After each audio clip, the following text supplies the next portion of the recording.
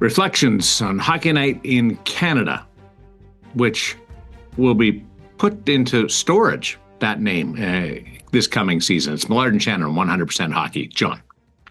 Yeah, it's, we've spent some time throughout the month trying to look at Hockey Night in Canada, not in a negative sense. This is not a bitch session that, we're mad that Rogers and CBC didn't come to a deal.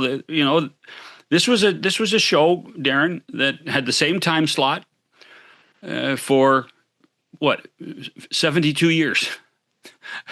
72 years that this show was on the air on the CBC, and over that time, there are many of us that were proud to be part of it, and told a lot of stories about the game, about the people in the game. And so from that perspective, it was time to, I think, reflect on exactly the influence Hockey Night had on us, what it had on the country, what it had on the game of hockey. And we started last week with Dick Irvin, and Dick was fantastic. Just, is there a better storyteller than Dick Irvin? Well, one of the other storytellers that's so good is Scott Oake. And then we'll probably tack on our pal Kelly Hrudey at the same time. Scott Oake is sneaky funny, man. He is. Yeah. He doesn't show it often on the air, but man, oh man, he can drop a line or two. So I will. Scott was one of the additions that we made in the mid-90s to the show. Scott had been a long-time CBC announcer out of Winnipeg. And had done Olympics and was the face of Canadian football for the CBC. But and the CFL was up and down like a yo-yo in those days. And I think Scott was growing tired of just telling stories about bankruptcy and franchise problems. And I got to know Scott because we would use him every once in a while if the Jets were playing a game and we needed him. He was a big part of that 96 series that the Jets in Winnipeg 1.0 finished their tenure the first time around at the old Winnipeg Arena. I convinced the people at CBC and my boss, Alan Clark, to add a pregame show, add 30 minutes on Saturday night. And we needed another body. Ron could not do everything. We were stretching Ron thin, adding the doubleheader, intermission content, hot stove, scoreboard Saturday, everything. Ron was already running on fumes at times. So we needed another body. And internally, we had lots of meetings about who would be the right person. My pal Alan Clark liked a certain guy, and I was adamant about Scott Oake. I thought Scott Oake would be perfect. Scott Oake could do live. Scott Oake could do features. And Scott Oake became a huge mainstay with the show. And in many ways, when you see a Kyle Bukauskas today, or you see a Sean McKenzie today, that original ice level reporter, the guy that did stories within the game, was Scott Oake. And Oake did more than that. He did, we had him on an airplane every Thursday morning going somewhere to do a feature called The Headliner on Saturday nights. And then he grew into being such a mainstay in the second game of the doubleheader. And of course, by the time he retired, his life revolved around that darn post-game show that he did. What was it called? After Hours. And so Scott, and when you look at the length of time that Scott was on Hockey Night, there are very few guys that were on the show as long as Scott was. Mm-hmm. And that was fascinating to me. So Scott will be great. And then, we heard about the news, a week ago or 10 days ago about Kelly Hrudey. We'll talk to Kelly as well. Can you do me a favor? Yes, I'm going to let you and Scott handle it because of your relationship, and they'll jump in with Kelly because of the goalie connection. I want to talk to him. Oh, yeah, you goalies stick together. Why he and how he came to hold his microphone sideways like that. I'm going to ask him about that darn tie thing. Yeah, I will. Yeah. Okay. All right. He always does this. Scott Oake coming up, the first of a couple of interviews as we reflect on Hockey Night in Canada on 100% Hockey with Millard and Shannon. Face Off Inside the NHL returns, taking you deeper behind the scenes than ever before. See it all from the star-studded Four Nations Face Off tournament. Us against the world, boys. To the adrenaline of the Stanley Cup playoffs. I'm scared of you guys. With candid interviews and backstage access, experience the sacrifice, the rivalries, and the determination that define NHL greatness. Just when I thought last year couldn't be topped, here we are. A new season of Face Off Inside the NHL. Watch now only on Prime Video. Welcome to Hockey Night in Canada, one of the world's great contemporary musicians, the Dogfather, D.O. Jizzy. Big ups on this crunk planet. What's crackling, nephew? Hey, what's up, baby Bob? I like the way you said that. I'm good, baby. I know it couldn't sound any more lame, Snoop, coming from a middle-aged, gray-haired guy like me, so thanks for playing along. What's got you into hockey? I love the way they move up and down, the ice with intensity, speed, the action. I'm just a fan of it. I love it, every minute of it. I know you played Ottawa a while ago, and Ray Emery gave you a Senator's sweater.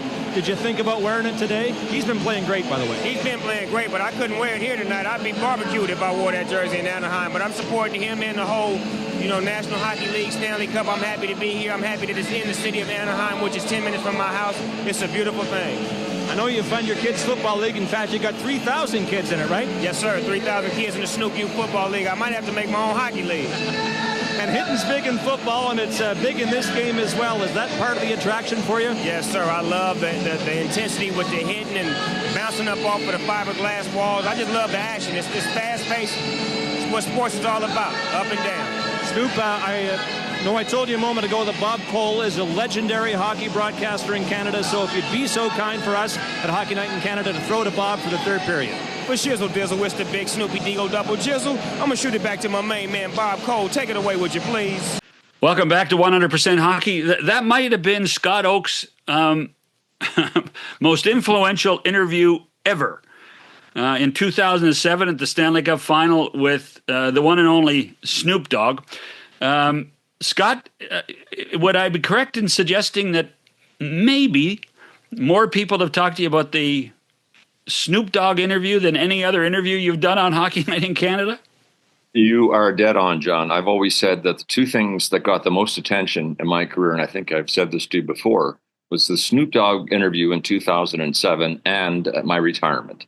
So what's that say about my career? Yeah, that was 2007. And I remember our producer at the time, Shirley Najak, said to me, Snoop is coming to the game tonight. I knew who he was because, I'm certainly have that much knowledge of pop culture, but I didn't know what I was going to ask him. And so I called my son, Darcy. And if I told Darcy that I was going to be interviewing Jesus Christ reincarnate, he couldn't have been any more excited. So I said, what can I ask him? And Darcy said, write this down. And I did. And what I wrote down was dictated by Darcy was, I'm with the Dogfather D.O. Jizzy, big ups in this crunk planet. What's crackalatin' nephew? And I read it back to him, and he said, if you say it like that, he'll punch you in the face. So you got to work on it. So I got in front of the I remember the next day, an American writer wrote that I looked like a pathetic old guy trying to sound hip, and someone who probably got in the mirror for an hour and practiced what he was going to say. And he was wrong, because I got in front of the mirror for 2 hours. I didn't care about anything else but the game that night, the opening, whatever. So I went over to sit beside Snoop. I think it was in the first intermission. And those situations where you have about 5 minutes sitting with the guy before you actually go on the air. He was a charming guy, really a nice guy. And so I was debating as to whether I would even try it, but I did. I let it go, as I was saying it, I was hoping, oh, please God, don't make him get upset. And it came out like this: I'm with the Dogfather D.O. Jizzy, big ups in this crunk planet. What's crackalatin' nephew? And he said, I'm doing good, baby, and I love the way you said that.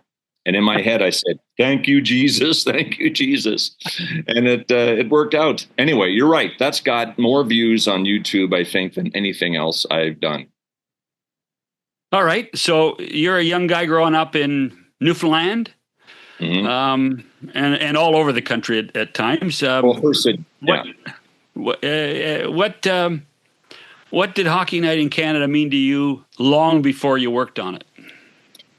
Hockey Night in Canada for our family was appointment viewing on a Saturday night, in particular because Danny Gallivan was, you'd either get Bill Hewitt doing the Leaf games or Danny Gallivan doing the Canadiens games. And Danny Gallivan was from Antigonish, was actually from Whitney Pier in Sydney, Nova Scotia, where my father was from. And he worked in Antigonish, I think, and then ended up, as a big time broadcaster. So we would watch Hockey Night in Canada with great reverence when Danny was doing the games, because there was, that sort of vague connection of where he was from and my family was from. Note all his expressions like cannonading drive and spinorama, etc. And so I always thought of Hockey Night in Canada, as I say, as appointment viewing, and then years later to be on the program was a dream come true. Well, we've already explained. I explained to Darren in the opening how you got hired, but you had still been part of Hockey Night every once in a while, and maybe the most prolific was that Detroit Winnipeg series that was the end of Jets 1.0 that you were a part of as well. Yes, when Steve Yzerman blasted it over John Casey's shoulder to I think. Was the end of that series. That was, 1996? 1996, yeah. Yeah, and I remember talking to Scotty Bowman after, when the Jets were finally eliminated. And he said to me, they'll get their team back. And and I said, I don't know, Scotty, with the way the economy is now and the Canadian dollar was cratering and nothing looked like it was ever going to work for Winnipeg. And Scotty, in true fashion, was a savant. Years later, the team came back. Yeah, but I remember that series and as the end of Jets 1.0. Yeah, it's the famous Eddie Olczyk speech. I remember staying on the air on Hockey Night to make sure that we were there for the people in the end seats at the old Winnipeg Arena crying, and I don't think there was a dry eye on the house for any of that. If Eddie Olczyk was good at one thing, or is good at one thing, it's playing to the crowd, and he read the crowd right that day. And I remember him bellowing, "And when we win the cup, we're bringing it back to Winnipeg," and the crowd went wild. Yeah, I recall. And we played that back for Eddie, I think in interview situations on Hockey Night at least 5 or 6 times afterwards. I know. I think he still likes it. So I think he enjoys that part of it. So your reflections of when you started and the bastard executive producer you worked for who flew you all over the continent on Thursday morning. Yeah, that guy almost killed me. Was you. Yes. I started, as you know, as a rinkside host / reporter doing the headliner. The headliner was your invention. And what the headliner required was to focus on the story of the week. You would generally direct us as to where to go. We would have some input, but you always made the final decision. And the routine was by Wednesday, we knew where we were going. It could be anywhere. It could be Detroit. It could be Los Angeles. It could be anywhere. And we would leave either on Wednesday night or Thursday morning, get to whatever the destination was, shoot the story, fly back to Toronto so that our producer at the time was Chris Irwin. He could edit it and get it ready for air. And then I would introduce it and do a debrief on the pregame show on Saturday night. So my week was Wednesday, maybe travel, Thursday shoot, Friday, get to Toronto, Saturday, do the game, go home on Sunday. And kids were young then. So that was, it was tough, but I loved every minute of it, John, because, I felt like I was sort of in the heart of the action. Doing the big story every week and then being on the game on Saturday night, it was really, really special. Not that there were things that would jump out, but in being and playing to every city in the league, and in '96, I think there were 27 teams, and by the time you finished it, there were 29 teams. You became maybe more the face of Hockey Night to a lot of Americans, and certainly the guys on American teams than anybody else. When you're helping the team win, what? Hair and makeup. For what? Oh, get out of here! Hair and makeup. Jeez, that is priceless. Winnipeg's finest right here. Would you get it? Oh, he's got hair. That's good. Oh, you look good. You look good. There you go. I like your outfit. What was that? It was hair and makeup. Can someone get me a towel? Well, I suppose, after hours had a lot to do with that. For people who could see it in the U.S., Hockey Night in Canada evolved in a way that the focus was on the action from after the pregame show was over. So from 7 o'clock through to the next 6 hours, it was all about the action. Even in the intermissions, it'd be focused on the action, what happened in the game, replays, analysis, etc. And so after hours probably became the go-to place for learning about a player. More feature-ish, I guess. We had 25 minutes to sit down and talk to a player. And I think most of those shows, people would come away from them saying, hey, that's neat. I didn't know that about the guy. So the show sort of had I would like to say, because of the hour it was on, 1 o'clock in the Eastern time zone, midnight Central, and then 10 on the West Coast. 10 was, a better time, I guess, closer to prime time. But when you're dealing with 12 and 1 o'clock starts in the morning, you kind of have a cult following. But there were lots of people who watched that show. You could always tell, from the reaction on social media. Largely, if I asked a stupid question, that got a lot of attention. And there were some, for sure. There's no question about that. It's bound to happen. Quickly, what's it like warming up with absolutely no music and the arena as quiet as it is? It's worse than your questions.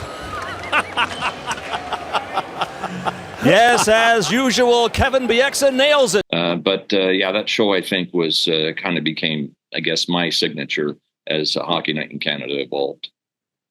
Well, and at a certain point, when Scott Russell left the show to go be the face of the Olympics for CBC, you ended up being the host of the second game too, and that kind of changed the whole temperature for you involved in the game. You weren't attached to Don and Ron as you once were, and ended up creating your own environment, your own atmosphere around Hockey Night. Well, John, that one of my go-to jokes, you've heard it a million times, was if you want to work on Hockey Night in Canada, back in the day when Ron and Don were at their peak, if you want to work on Hockey Night in Canada, you only have to be able to say three things. Thank you, Ron. Back to you, Ron. And Ron, you and Don are so right, my ass hurts.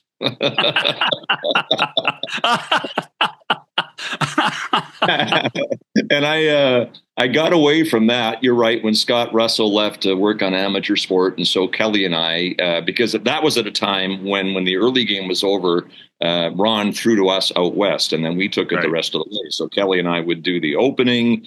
We would do in the first intermission Behind the Mask, in the second intermission Scoreboard Saturday, and then we'd do After Hours. And I remember getting ready for After Hours and trying to sort out Scoreboard Saturday and get Kelly stuff straight on Behind the Mask. And that was a lot of work. But again, loved every minute of it because, as I said about the headliner and starting on Hockey Night in Canada, I felt like I was in the heart of the action.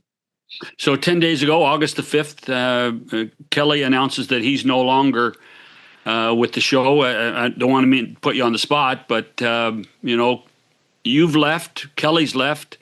There is no more Hockey Night in Canada on CBC. It's for someone who was a CBC lifer, Scott, this is a strange new world.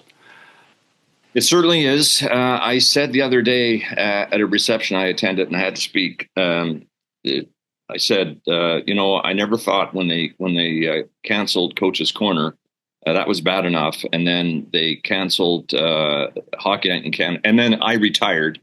And so there was no decision left for them other than to cancel Hockey Night in Canada. Because if I wasn't around to put people to sleep at midnight, how could the show continue? I don't want to make light, though, of the disappearance of Hockey Night in Canada. But it's sad. But look, things change. We're in a world of big business, and that's just how it goes. And there are people that were involved in this show. The moment I think of you, I think of our old pal Don Wittman and the role that Don had in careers and the role that we all had together when, the two of you were working on Hockey Night together. Whit was one of the greatest callers of any game anywhere, not just hockey. I mean, as I remember the great Ted Reynolds once said to me, if you think of any event going around in a circle or up and down in a field of play, no one can call it better than Don Wittman because of his great gift of association. if you listen to some of those classic Edmonton-Calgary battles, the battles of Alberta years back, which you produced many of them with Don as the play-by-play guy, his voice is attached to most of those, and he was always spot on, never missed a thing. Don was a very good friend of mine. I came to Winnipeg Christmas of '75 to replace him on the local sports, and he immediately became a friend and a mentor. I guess the greatest thing Don ever taught me was preparation. You can never have enough of it. I remember sitting down in program or meetings with him or talking to different players, coaches, managers, and he'd be making notes like you wouldn't believe. And I'm thinking to myself, how's he ever going to use all this? He would find a way to weave a lot of it in, but he always said, and that's the greatest lesson I ever got from Don, was it's better to have too much than not enough. The thing about Wittman to me was how many people he knew. Mm-hmm. He knew. I mean, I had spent 2 decades already traveling around the NHL, and I'd go into arenas, and he'd know 25 more people than I would in an arena he'd never been to before. It was amazing. Yeah, he was Don was the kind of guy who, nowadays when I meet someone, I might have known them for 10 years and their name escapes me for a second. That happens to everybody, but I never saw it happen to Don. No. He could pick out anybody's name in a heartbeat, and again, that gift of association, which he applied on calling games. Yeah, it's a razor sharp memory and mind. Yeah, and one of the things that certainly in Western Canada people may not realize, but Game 2 of the 1986 Stanley Cup semifinal or Smythe Division final, Calgary at Edmonton. Don Wittman has a short, brief conversation with Al Coates, who's the PR guy for the Calgary Flames at the time. And Al asks Don, at some point, would you please ask the audience in Calgary who are watching the game, would you please wear a red shirt to the hockey game at the Saddle Dome for Game 3? And it was Don Wittman who came up with the line, "We certainly hope to see everybody in the sea of red." Mm-hmm. And obviously the Sea of Red still exists today, but those were words that were first uttered by Don Wittman. And he was, not only did he have a great memory and a great call, but he had a great feel and for the dramatic.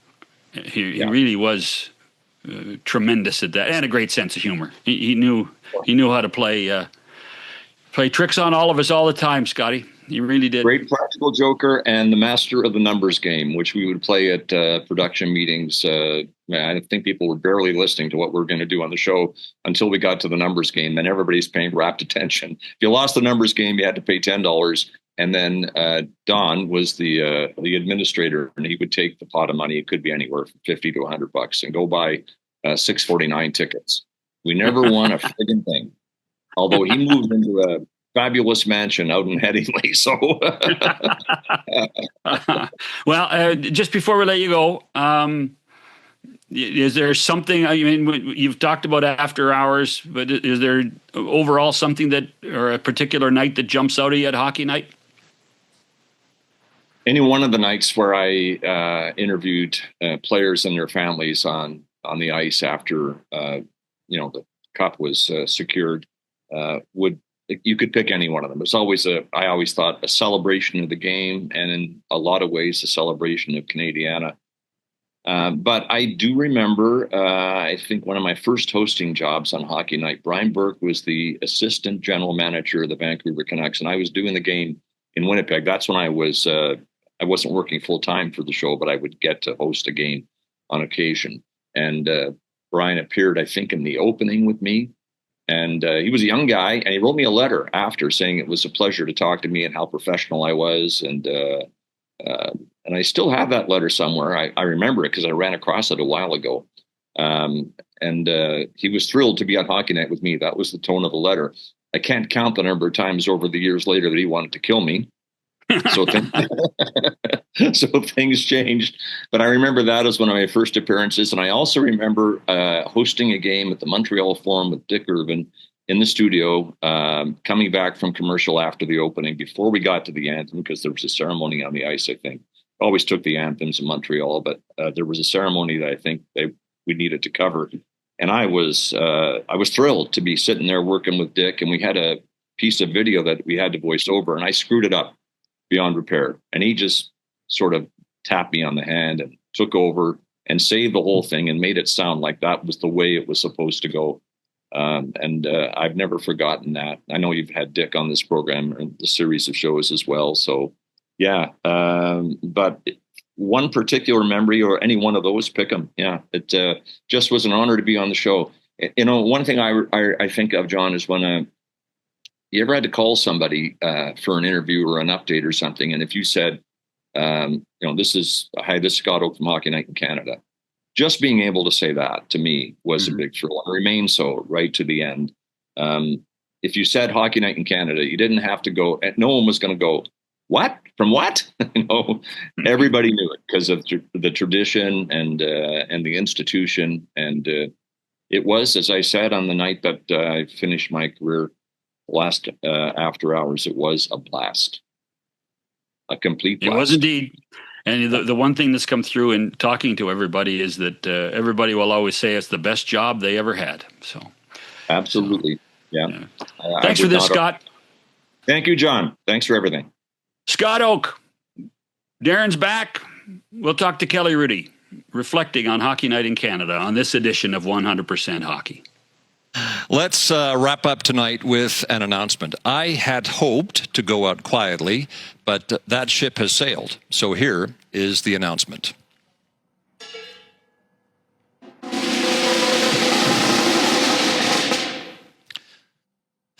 I shall be retiring at the end of this year's Stanley Cup playoffs. A week tonight will be in San Jose for the final Saturday of the NHL's regular schedule, and that will be my final after hours. I would like you to know that the decision to retire is mine. I'm going out on my own terms, and I greatly appreciate the opportunity because not everybody in this business gets it. Rogers Sportsnet, Hockey Night in Canada would have had me continue, but as I've said to more than a few people, 50 plus years in this business is more than anyone should have to take of me. And frankly, ladies and gentlemen, it's just about all I can take of myself. And so it's time. And I hope you can be with us 1 week tonight for my last chance to get it right. Thanks for watching tonight, and good night from Edmonton. Face Off Inside the NHL returns, taking you deeper behind the scenes than ever before. See it all from the star-studded Four Nations Face Off tournament. Us against the world, boys. To the adrenaline of the Stanley Cup playoffs. I'm scared of you guys. With candid interviews and backstage access, experience the sacrifice, the rivalries, and the determination that define NHL greatness. Just when I thought last year couldn't be topped, here we are. A new season of Face Off Inside the NHL. Watch now only on Prime Video. I feel a lot of pressure today. I really do. I'm working and I'm sitting beside a Gemini Award winner. You know, Kelly, one of the reasons I won was that for the first time in 19 years, Ron MacLean was not nominated. So after our visit with Scott Oake, here's Kelly Hrudey. Let's begin with just a thought on Oakey and his time at Hockey Night in Canada. You mean his self-deprecating humor? Yes. He never sees the good in anything. No, he complains. But so funny. So funny. Complains about the audio all the time and just all the things that we love about him. He is one of my dearest friends. And man, I had so much pleasure working with him for all those years. And, as much as I enjoyed being on air with Scott, I think some of my favorite memories would be the night before a broadcast and then right after the broadcast itself when we'd go share a glass of wine and get to know each other a little bit more and get to know each other's families. And, we'd talk shop often as well, but it was really about getting to know the person. Well, truth be told, Kelly, you played a role in getting Scott and Ann at the time through some tough times with Bruce. When Bruce passed away. Yeah, I did. I mean, Scott and I were so close. I remember the day I heard about Bruce, and it was a terrible time, but we all tried to get through it together. And I was a big part of going out to Winnipeg for many years while they're starting up the recovery center and participating in a number of events. And so, yeah, I mean, thick and thin, right? You go through it all together. And we're there for each other. And that really is what it was like to be on the team, on the Hockey Night in Canada team, correct? Oh my gosh, so good. I have so many amazing memories about Hockey Night in Canada, but some of my favorite, I think one of my favorites might have been John and Darren, that I was surprised. So I came from the hockey world playing on a team called a team, of course, and to go right to Hockey Night in Canada and find the same experience. It was amazing. And I mentioned just when I was talking about Scott Oake about how we'd get together the night before, and it was almost like mandatory. Everybody came in early enough so that we could all go to dinner. And in my case, trying to learn about the industry and learning about broadcasting from great people like you and others. And just after a game, it was always the same. It didn't matter if we were in Vancouver or Edmonton or Denver. Okay, what time is it? It's 10 o'clock now. And then we'd have to maybe do after hours later on. And then we'd go, okay, where are we going to meet? We're going to meet at 11 o'clock at this little restaurant, and we're going to chat, and we won't see each other for another 5 or 6 days. But we'd talk every Tuesday, and it was just a great experience to get to know everybody. I loved it. So what were your, growing up in Edmonton, what were your memories of a Hockey Night in Canada as a 8-year-old? Okay, so some of my fondest memories, because you guys both remember, I never started playing organized hockey till I was 12. Having said that, I played ball hockey and street hockey and all that. And so every Saturday night was Hockey Night in Canada. And as you guys would remember, it'd come on early in Edmonton. And so we'd get to watch. And then my mom and dad on a Saturday night, even during the winter when our school was going on, we could go out and play street hockey again, even in the really cold Edmonton winters. And all the neighborhood guys would get together after the Hockey Night in Canada broadcast. So it was a huge part of my life. And then you had to come around into my life, John, in around 1989 when we started to get to know each other. In particular, that flight from LA to Edmonton where we sat beside each other. Okay. So here, Darren, you'll love this story. Okay. So the Kings and the Oilers are in a playoff series. Yep. Kelly's got the flu. I do. So they tell Kelly, don't fly with the club. You have to fly commercial because we don't want the rest of the players getting the flu. Of course. What about the other people on the flight that Kelly flew on? That's right. Well, you're not playing. Well, anyway, I thought about that. I thought about how ridiculous. We don't care about the general public and the producer of Hockey Night in Canada, but we can't fly with the team. Well, but you'd remember this, John. Glenn Healy and I were the goalies on that team, and Glenn got sick a week before I did, and then I got sick like a day or so, 2, I think, days before the playoffs started. And so I didn't even play game 1. I played game 2, then went immediately back to the hospital in LA and stayed the night, and then I joined you on that flight to Edmonton. Yeah. Crazy. So you guys know each other before that flight? I introduced myself to Kelly on the airplane. Yes. Wow. Yeah. I had obviously produced games that Kelly had played in. Yeah. But the separation between TV people and hockey players, and I laugh at this, and we always intimidated by hockey players, and then and hockey players are always intimidated by TV people. So that means nobody ever spoke to each other. I know. I remember when you guys would come into the dressing room and I'd see the Hockey Night in Canada Blazers, and I would just freeze. I was like, I can't say anything. I mean, these are the people I've watched or I've heard about forever. And how dare they even come and introduce themselves to lowly me? One of my favorite stories of that ilk was Travis Green, who, as a player, I never spoke to Travis Green once. I never said one word to Travis Green. And then when Travis got to coach, I talked to him a bit more. And then we were out having a drink one night, and I literally gave him shit. I says, Travis, you're a pretty good guy. Why wouldn't you say hello to me when you were a player? Right. And then he turned to me and he said, John, you're a pretty good guy too, but why the hell wouldn't you say hello to me? Oh, boy. You know who is really good that way for coming to say hi after every single game, whether I played poorly or if I played really well? In particular in LA, John Garrett. After every game, he'd come sit with me for 5-10 minutes, and it got to the point, Darren and John, this was really cool. I don't remember why, but I was really lagging behind one night. Donna had already gone home, and so I was one of the last guys out of the dressing room. And I'm walking up you remember the ramp in the old Great Western Forum? Yeah. And I'm walking up there to my car, and there's Garrett all by himself. And I go, what are you waiting for? And he goes, well, everybody left and I'm here. And I'm thinking, oh my gosh, there's no way he's going to get a cab in that area of town that late at night. So I drove him back to the Marriott, maybe at LAX. And it wasn't a regular thing, but I bet I did it 5 or 6 more times while I played in LA. I'd say, hey, just wait for me. I'll give you a ride back to the airport hotel. And, John and I had such a great relationship because of little things like that, right?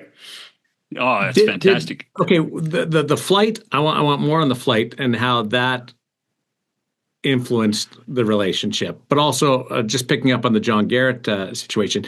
Did you pick his brain? Did you, in any facet, did you think potential broadcasting down the road while you had Cheech in the passenger seat? I most likely did, because I was curious, because I started thinking about broadcasting when I was still with the Islanders. And so I most likely would have asked some questions like that, like how did you get into it, and what are some of the most difficult things to do, and just all those little things that you learn along the way, and you've got to find your own little path.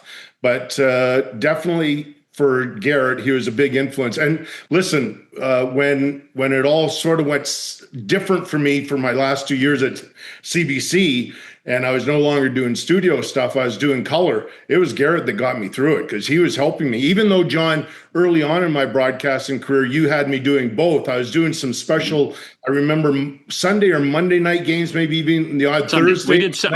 We did Sunday afternoons. Yes.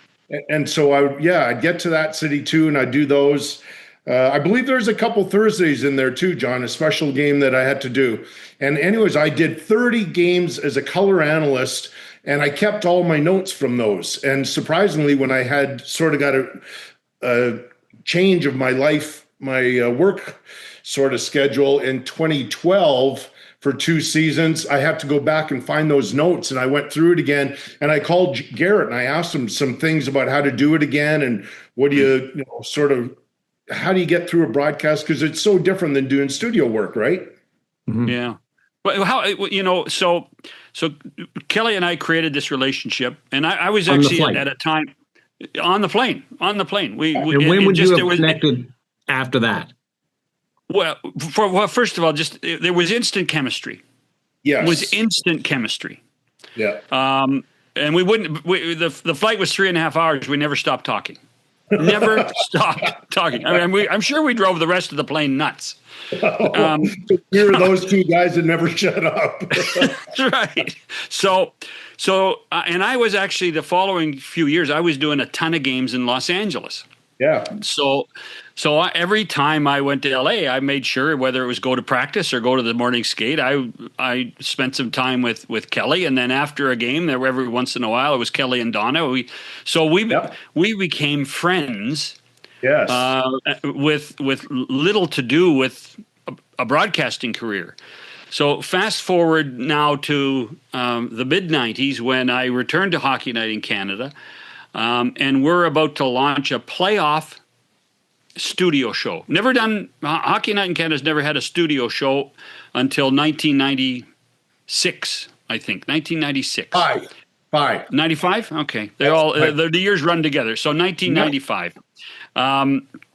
And we're banging, and Don Cherry's obviously Don Cherry, but there's not a chance that Don Cherry could work 55 straight nights. There's not a chance. It's just not possible. He couldn't do it, and the viewer couldn't cope with it. So we said, okay, we have to alternate Don Cherry on one night, somebody else on the alternate nights, and so.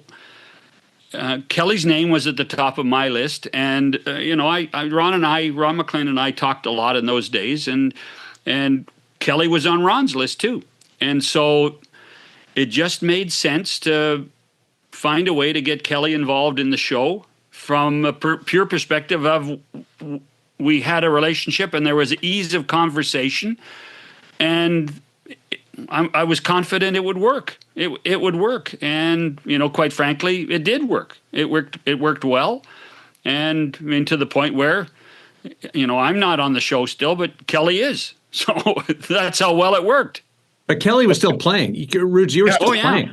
I played 4 years while I was guest appearing on Hockey Night in Canada. After if my team didn't make the playoffs or if we lost in the first round. So here's a different part of the story, Darren. I'm going to ask John.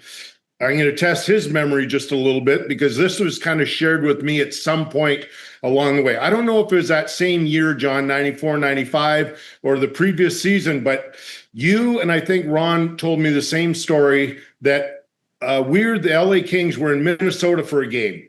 And I wasn't playing that night. And in the first intermission, Stu Nahan, the legendary LA broadcaster for KTLA, they were doing the broadcast. And so I was the first intermission guest for Stu Nahan. And we got along so well, Stu and I. And that's back in the day where it wasn't like those 30-second walk-off interviews. These were 5 or 6 minutes. And so I remember you guys saying that you thought, wow, if we ever get a chance, maybe we'll try to include Kelly in some way. And then it was April 4th, 1995. I looked it up today because I wanted to be accurate. So we played the night before in Chicago and we lost. And we needed to win or tie that game to get into playoffs. We lost. And so we flew home the next day. And I get home somewhere around noon. And this is the moment my life changed, and I didn't know it at the time. So my wife, Donna, says, you've got a call from John Shannon, executive producer of Hockey Night, and he wants you to call him back. So I had no idea what John was thinking of. And he said, well, we're going to do this atrium show. First time ever, we're going to try and do this. And we're thinking we'd like to invite you to come to Toronto and do the show. But he goes, there's one thing, you're not our first choice. And luckily, he asked Wayne Gretzky to be the choice, and Wayne declined. And so I got an opportunity, and as luck would have it, I've been around for a long time because of that one phone call and that meeting back in 1989 from LA to Edmonton. It's been a crazy combination friendship that John and I have had for a long time. It is true. Wayne said no. Yeah. Wayne was our first pick. I'm sorry. Yeah. It was true. Wayne was our first pick. Yeah. Were there others that I don't know about? Well, was this like 10 long? Well, but that year as well, the backup goalie for the Toronto Maple Leafs is Glenn Healy. Yeah, right. And so I'm standing at the old Gardens. I'm standing outside the studio, which is across the hall from the Leafs dressing room. Right. And the Leafs are coming off the ice after a practice, and Healy doesn't turn into the room. He walks right across the hall and stands in front of me, and he says, "Are you John Shannon?" I said, "Yeah." He says, "I'm Glenn Healy." I said, "I know who you are." He says, "John Davidson says if I want a job in hockey and television, I should talk to you." I said, "Okay, good to know." And so that's the first time I had met Glenn Healy. Oh my gosh. And when we created a relationship there, and then the following year, your team made the playoffs. Right. So we needed a guy to fill in, not only on the alternate nights, we needed a guy to fill in for Kelly Hrudey. And that's how Glenn Healy got involved in the show. Oh my gosh, great memories. Oh, I love it. take a break. We'll come back. I got something I want to throw at you. It's Kelly Hrudey reflecting on times at Hockey Night in Canada, 100% hockey with Millard and Shannon. 3, 2, 1. So, Roots, you went to Stanley Cup Finals, you Canada Cups, everything. What was the reaction? Was it comparable to being on Hockey Night in Canada to being a National Hockey League player from your friends, your family, people? I'm hesitating because I'm seeing it from sort of two different vantage points. So I'm seeing it from my own perspective, and then I'm seeing it from my family's perspective. So I was never more nervous, anxious, afraid, scared, all these different things for my first ever appearance on Hockey Night. So John may not have known this because he would have been in the control room. Maybe the floor director, I don't remember, would have told you, John, but behind the stage, behind the platform, I was pacing for half an hour before my time going on. And we did a quick rehearsal, I remember, and I was speaking very quietly, and you said, no, you got to project, you got to speak up. And I was just thinking, and I'm hearing the Hockey Night music in my ear, and I was close to having stage fright. Almost the second year, I kind of did for a little bit. I could not believe a kid growing up in Edmonton watching the show my entire life, and somehow I'm on it. And so it was interesting sort of get back to your question, Darren, about my family's perspective of it. I remember calling my mom and dad and my brother before I left LA to go to Toronto for the first time, and I told them about this opportunity. And they kind of sounded puzzled, like, why you? Like, that's an amazing show. What are you doing on it? And I don't know. I never did ask them if that is why they're thinking. But I just remembered they were like, boy, there's a lot of guys out there. Why would they ever choose Kelly? But I must have done okay because I was invited back, as I mentioned, for 4 years while I was still playing. Well, and when you think about it, this will be, you said 1995. This is 30 years now. Yeah. 30 years, Kel. 30 years. I mean, you played for what, 14? I played 15 in the NHL, 17 because, as you remember, I played 2 in the minors.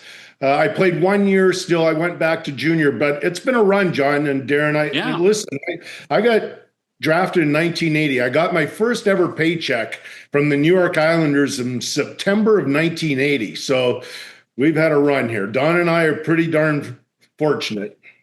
Yeah. Do you think of yourself as a broadcaster or a player? Way more of a broadcaster. I'm more proud of my broadcasting career as well because really, for sure. Like hockey was, I've been playing it all my life, even though I didn't join a team till I was 12. And so I had plenty of experience. And so when I sort of looked at myself throughout my playing days, I started to see that I was making progress. And then when you get drafted, you play your first preseason game, and then we had success in the minors, and people are talking about me potentially making the Islanders. I did finally in 83, and then I started to play a little bit more. Then I got the number one job. Then I was, a bona fide number one, and I had that position for a while. But it was all stuff that I knew. And I had been sort of growing into this thing, whereas when I got asked to be a broadcaster, I was about as naive and green as you could be, right? I didn't know any of the terminology. Like when I remember John or somebody would say in my ear, oh, this is Ron, this is just a VO. I had no idea what that meant. All these little things they're talking about, and I didn't want to sound stupid, so I didn't want to ask people. And so I was just grinding it out and trying to figure out on my own. Although, listen, people at Hockey Night, John, everybody, Shirley and Ajak, everybody, they were awesome with dealing with me and helping me, guiding me, and they gave me amazing advice all throughout my career, continue to do so. But for me to have any sort of longevity in broadcasting seems like the farthest thing away. I was really shy growing up. And so I'm so proud that I was somehow able to have a long career in broadcasting. Very proud of it. By the way, VO stands now, Kelly, for voiceover. Just so you know, so you don't have to ask anymore. I know. I think I'm on to that, John. So it's funny. We did a thing. We've had a couple of guys go through here in Vegas. Alec Martinez, who's done a fabulous job. Jeff Sharples, BC guy. Do not tell him that. Do not tell him that. He's going to drive us nuts. I know, but we have this thing called Laces and Faces, and I voice it. So the producer will say, "Who do you want for Laces and Faces?" And Sharples for like the first 3 weeks would always say, "I want this guy. I want to talk about this guy." And finally, I'm like, "You don't talk about that. That's my thing." But not knowing the terminology and the place. Right, exactly. So you've also lived the life on Hockey Night of being at the arena for a lot of your career, and also now Saturday nights are in a studio in Toronto. Yeah. So which do you prefer? Yeah, I know. I can't decide. People ask me that all the time because they're so different, right? And I think, I find different challenges in doing different roles. And I just remember, John, how you were not afraid to sort of throw me into the fire. As an example, I had no prior knowledge of what a telestrator was, right? And it was one of the first years you had me doing a telestrator live on air. Like another broadcaster from a different team asked me one time, when do you guys record those? And I'm thinking, no, that's live. I'm doing that live. And so most people don't know what you taught me about learning how to do that and doing all this live. People don't know that for the first period of every show I did out west for the longest time, I watched the game from the production truck in the tape department. Oh, yeah. Watched it with everybody, right? I watched it with all the tape operators and the EVS operators, and I'd pick my clips. And the thing that was really cool but hard at times, I always had the feeling that the play-by-play and color people should have first dibs. So I may pick some things and all of a sudden they want it upstairs. And so I'm back to having almost nothing. And there were a few days I was near panic with about 7 minutes left in the first. And I don't have a lot of fill to fill 5 or 7 minutes, however long those segments were. And so it was a great experience that way. And that was a real thrill for me. And that's why I still really like studio work, because it's talking differently. You're dressing up a play differently, whereas color is just, bang, bang, bang. And you got to be on the talk back with the producer and the production truck and stuff. And both roles are intoxicating. What was the format like, John, Kelly, during that time? Because there's an early game or early games in Toronto where they hosted the show, and then so Kelly. So when I was there, when Kelly became a regular after he retired. By the way, Kelly's contract negotiations with his agent were always fun. With Lloyd Friedland, who's one of the greats of our business. Because we never had enough money. And so I would say, hey, Lloyd, this is great for Kelly. This is great for Kelly. It's going to come true for Kelly. Well, John, can we get Lloyd? I can only pay him this much. Just trust me. And that was always, trust me. We're going to get him there. We're going to get him Lloyd. and Lloyd would. Hey, listen, Lloyd would John. But listen, my first contract, there were negotiations after my first one. I think my first one was only 2 years or something. And you offered something and I accepted on the spot because I didn't care at that point. But it's true though. Just the money was going to get there at some point. So that's right. But the original doubleheader was a pregame show that Scott was part of. And then Ron and Don did the first intermission. We had the hot stove in the second intermission of game one. And then we had a thing called the window between the games. And the window was called the window because it could open and close depending on how much time between the games were. You could have 35 minutes between games, or you could have 5 minutes between games. So you had to prepare for 35 and whittle it down to 5 or open and close the window.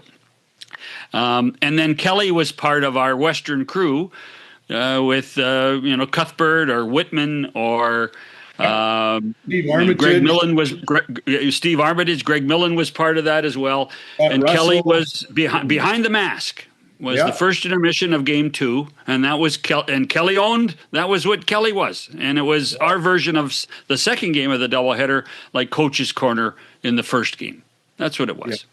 Yeah, it was so amazing to get that segment, and it was just so amazing to work with all those people that you mentioned, John, because as you mentioned, we were such a great team and we all had different skills. And that was the sort of thing. Like, I remember early in my broadcasting, I was kind of like being a player. Like, if I was a goalie, I'd watch the other goalie at the other end and try and learn things, see what I can pick up from him. And same as the broadcasters. I know I've shared that story with you, both you guys. The one time, I think my second year, on Hockey Night in the playoffs in '96, and you, John, you invited in Greg Millen on, and I thought that was on purpose. I think you shared that you're not sure if it was, but I think it was, because it was like, Kelly, if you want to have a career in this, here's the standard. Greg can do it all. He's great at color. He's so comfortable in studio as well. And because I remember leaving the set that night going, wow, is that guy a pro? And so that for me was also an indication that as much as I wanted to become a broadcaster and I enjoyed it, I had to get much better. Did you get a towel as a player? I never did. They didn't have them back then. No, towels didn't start until '96. Oh, so you just missed that. Yeah. I just got one during the pandemic. Kevin Bieksa presented it to me on set. Somehow we were chatting and I said, all these people have towels, and I don't know, it must have come up at the little pub we go to after a Saturday night. And I said, I don't even have one. And with no time, Kevin had one and gave it to me on set. It was very cool. That's outstanding. So your memory then, as you now go through it, what jumps to mind when we say Hockey Night in Canada? Just how proud I was of being on that show. Like that, I'm not trying to overstate it, but that is the show of record forever and ever and ever. When you talk about hockey, I had some people back in the day that when I'd be traveling in the U.S. and they'd ask me what I did, and I'd tell them the show, and I was actually quite surprised because a number of them had heard about it. But I likened it to Monday Night Football when that was the king of broadcasting. And so to be on that show is very, very special. But many memories, like I was thinking all day today when we were going to talk about this and share stories, I think about the mentorship that John had.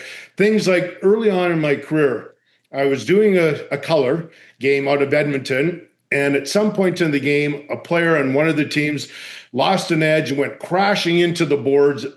And I remember, John, you were still in Toronto. You were in my ear from Toronto, and you were saying something like, Kelly, don't guess, because I was kind of going down that road like, ooh, does that look like a knee injury or something? You go, cover your ears if you don't want inappropriate language.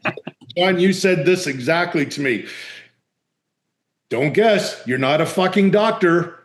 And I remember that. And I was like, I still think that now when I'm doing a game or I listen to another broadcaster and they go, oh, that looks like an ankle injury or something. Shouldn't guess. You shouldn't do that. By the way, when the TVs are on back over my shoulder here on any night of the week and somebody guesses, I yell the same thing. So another one, John and Darren, that John, you'll really get a kick out of. So Donna and I were going through memories, and she goes, oh, how about the one that drives you crazy still today, Kelly, when a broadcaster will say something like, oh, the Ovechkins or the Crosbys and you would always say, no, it's not plural. There's only one of them, other than maybe the Scenes or others. Like I watch a broadcast now, and the guys will say that they'll make up somebody's name plural, and I'd be, oh, don't do that. Please don't do that. John Shannon would not like that. That and nicknames. Oh, nicknames. That still gets me, but we've lost that battle, John. Oh, yeah. I know. Well, the other one is that Kelly still does it. He calls everybody Bud. So, how you doing, Bud? My name's John. You just call me Bud. What are you doing? So, Oh, that's Studio funny. or rink? What do you prefer? Pardon me? If you're going to say one or the other, studio or rink?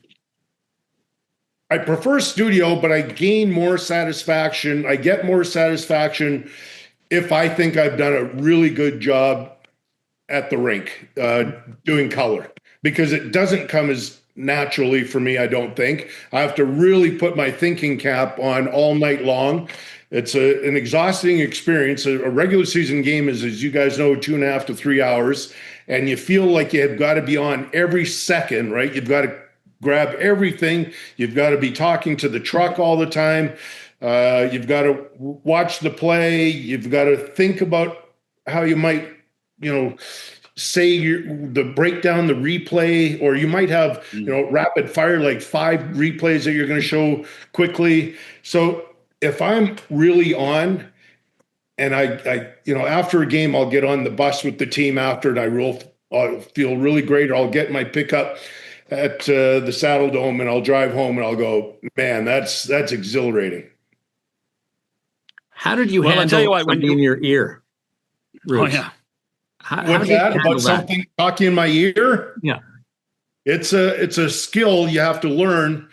Every once in a while, I still get tripped up. I watch news all the time, and I watch sports all the time, and I can still tell when somebody's getting a little tripped up by it. And there's that expression. There's maybe a hesitation. They may stumble on their words just a little bit, but it's necessary.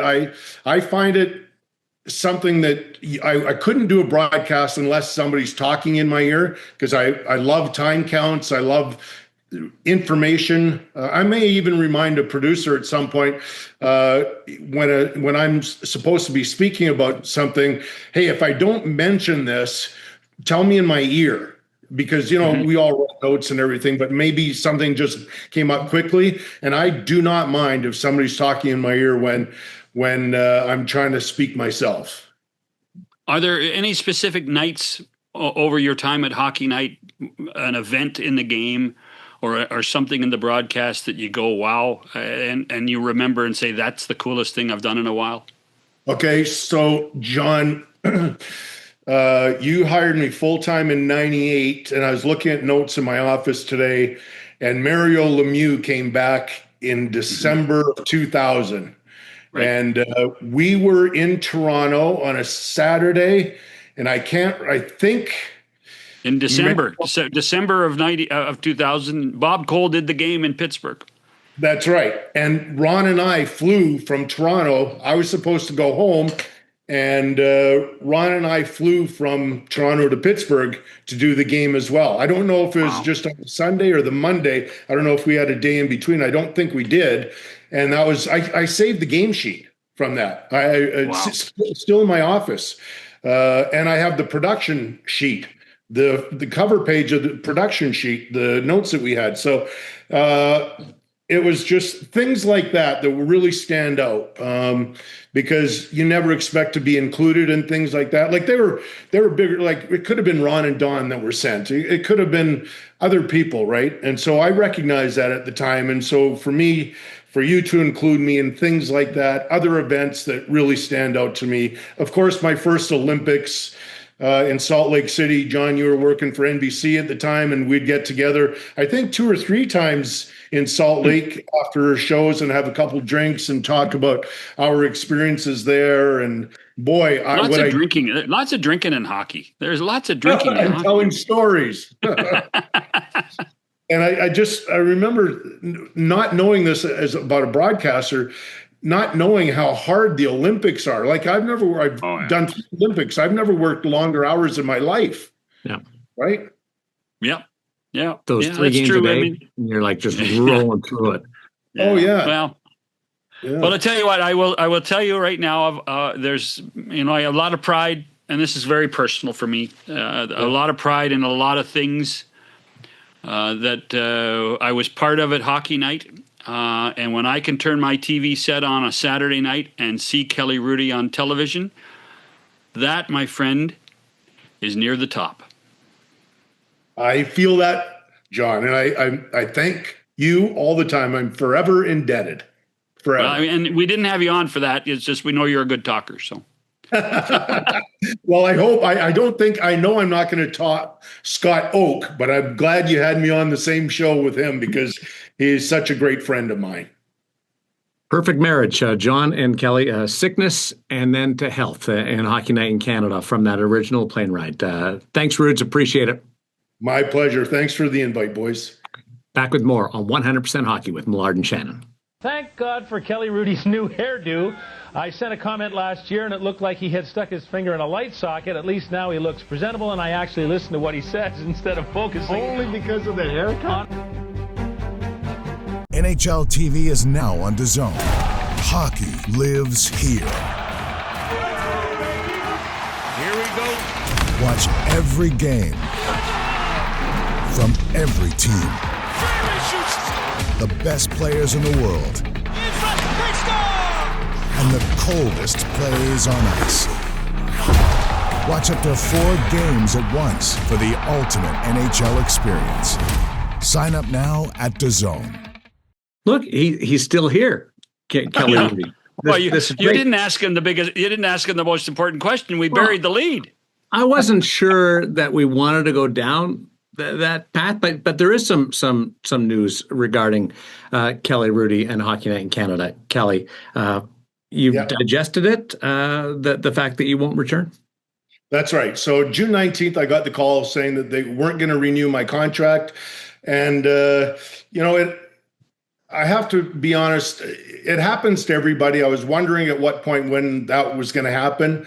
I've had a good run. Like we were just talking previously, I got drafted in 1980. I have been employed ever since. And so this is looking for, as Lloyd Friedland said, when I sent him a text about this, he goes, I am so excited about the third act. Of course, Lloyd lives in New York, so he's talking about Broadway and so on. And so that's a great way to look at it. And that's why we're so positive about this whole thing, because just gratitude, right? I mean, I've had a great run and I'm looking for whatever challenges may come my way and to be around more often, because let's be honest, the last 12 years, I've worked a lot and I've traveled a lot and it's tiring and I'm not getting any younger. And so at some point, this was going to be either their decision or my decision, and I'm ready for it.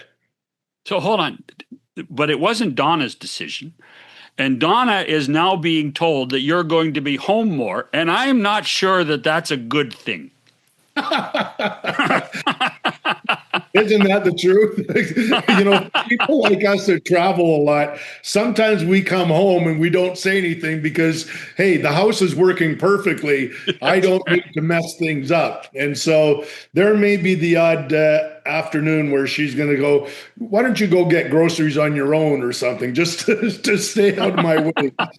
But no, Donna was actually great because the last, as you can imagine, last 2 or 3 or 4 years, we've been having the discussion over a glass of wine. Like, how much longer do you want to do it? Do you want to continue to do 2 roles, doing studio and color?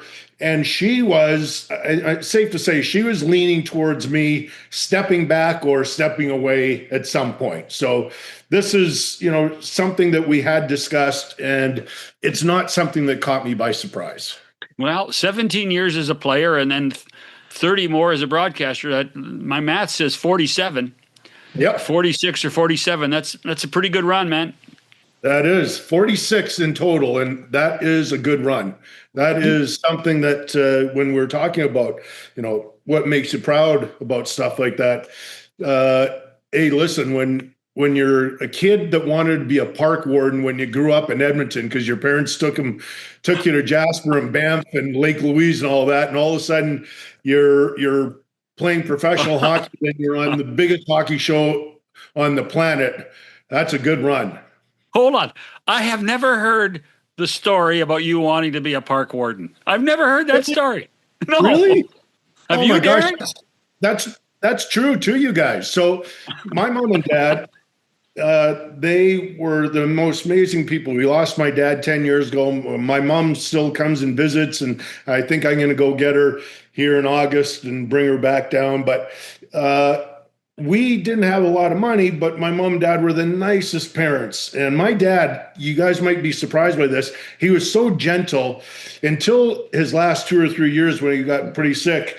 I had never heard him say a swear word in his life. Can you imagine that? Like, never, ever. So anyways, my mom and dad would take us to Banff and Jasper, and we'd camp. We had a small little camper, but I fell in love with the mountains. They gave my brother and I the greatest gift ever, and we passed this on to our kids, and he's passed it on to his kids. We love the Rocky Mountains and all that area. And so I really admired the park wardens, and that's what I wanted to be when I grew up. And when I thought I'd have to go to university to become that and gain a number of different skills and learn all about managing the forest and the wildlife and all that. And the stupid game of hockey got in the way and interrupted it. Now it's too late, right? Who's saying it's too late? Ranger Hrudey. Never too late. Ranger Hrudey, let's go. Hey, I still go to the mountains. I don't see too many park wardens that look like me. Well, I tell you what, there is something fitting then, that the relationship between the national rights holder and the CBC and Hockey Night in Canada not being on the air anymore and not having Kelly Hrudey on the air anymore, it is fitting that it ends at the same time. Yeah, fair enough. I agree, John. Yeah, well said. Well, we can also show you the secret handshake, because John and I know the secret handshake from those phone calls. I'm now in on that secret handshake. You're part of the club.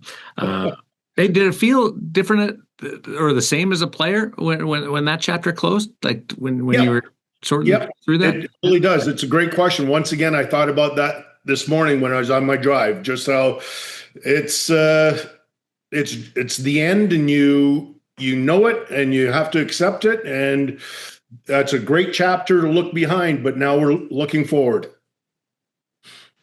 Will you still watch? That's to be seen. Okay. Because that's the challenging part. We all love the game, but when you go through it, it takes a little bit of time. Yes. Well, thanks for you let us inside a little bit here, and we certainly appreciate it, and so do our viewers and our listeners, because you're so beloved, and we wish you and Donna, everybody, the greatest in this next chapter. Ranger Hrudey, I think it's got a great ring to it. I love it. Thanks for letting me share, guys. I just had this vision of Yogi and Boo Boo. I don't know about you, but that's picnic baskets. Okay. Say goodbye, Darren. Okay. We'll talk to everybody next time on 100% Hockey.